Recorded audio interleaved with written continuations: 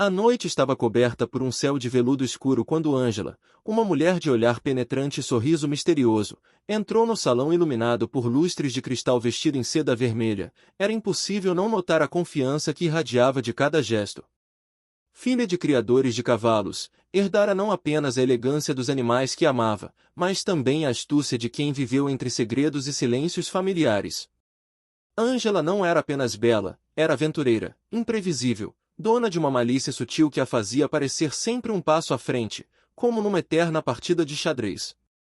Naquele salão, encontrava-se Ricardo Vilar, um milionário conhecido tanto pela fortuna quanto pelas sombras que rondavam seus negócios.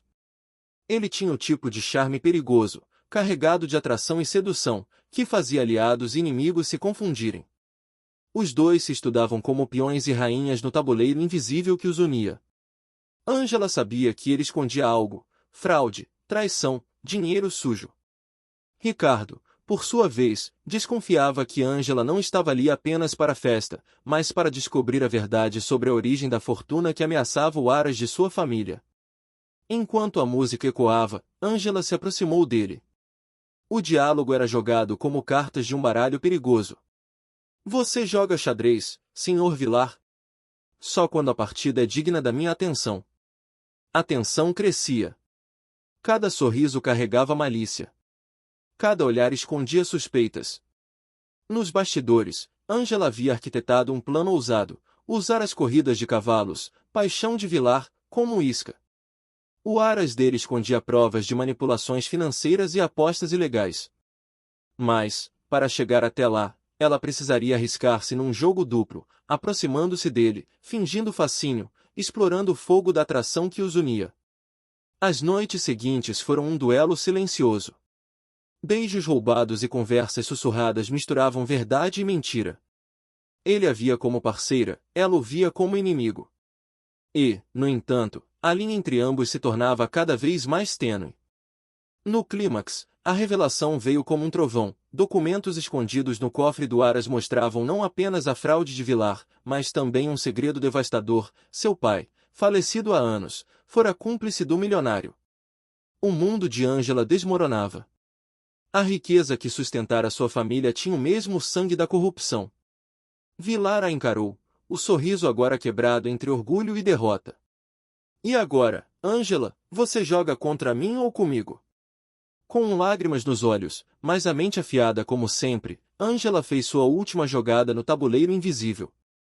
Entregou as provas à polícia, destruindo Vilar e o legado sombrio do pai. Na manhã seguinte, partiu do aras com seu cavalo favorito, deixando para trás o homem que quase a conquistara e o império de mentiras que prometia devorá-la. Sua despedida foi marcada apenas por uma frase escrita numa carta, deixada sobre o tabuleiro de xadrez inacabado. O jogo termina quando eu decido. Ângela acreditava que, ao entregar as provas à polícia, teria vencido a partida. Mas a vida raramente concede vitórias tão simples. Vilar, mesmo caído, ainda possuía aliados. Um império como o dele não ruía de um dia para o outro. Nos jornais, a manchete estampava: milionário investigado por fraude e manipulação de corridas de cavalos. Ângela assistia a reportagem em silêncio. Por fora, mantinha sua compostura impecável. Por dentro, uma batalha a corroía. Havia denunciado Vilar, mas também manchado o nome do próprio pai. A verdade pesava mais do que imaginara. O retorno do sorriso misterioso. Uma semana depois, recebeu um convite inesperado. Um torneio de xadrez beneficente, em um hotel luxuoso na cidade. No envelope, apenas uma frase em caligrafia firme: o jogo ainda não acabou.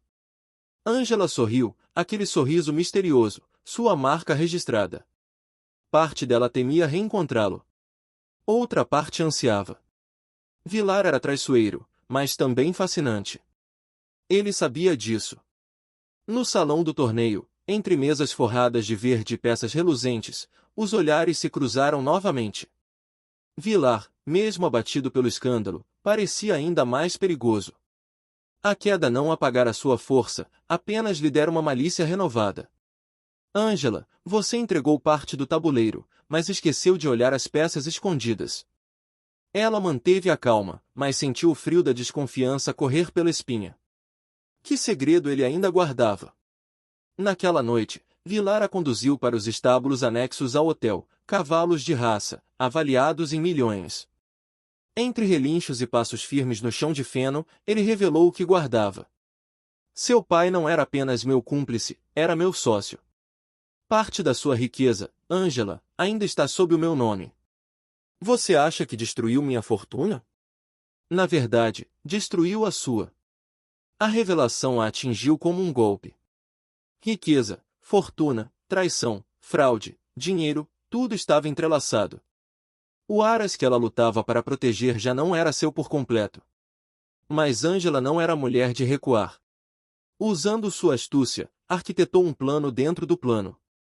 Vilar poderia ter o dinheiro, mas ela tinha a inteligência, a imprevisibilidade e o jogo de sedução como armas. As semanas seguintes foram uma guerra silenciosa. Ângela e Vilar se enfrentavam em arenas diferentes, nos tribunais, nas corridas de cavalos, em festas onde sussurros valiam mais que contratos. Às vezes, era impossível distinguir se estavam em lados opostos ou cúmplices de um mesmo desejo.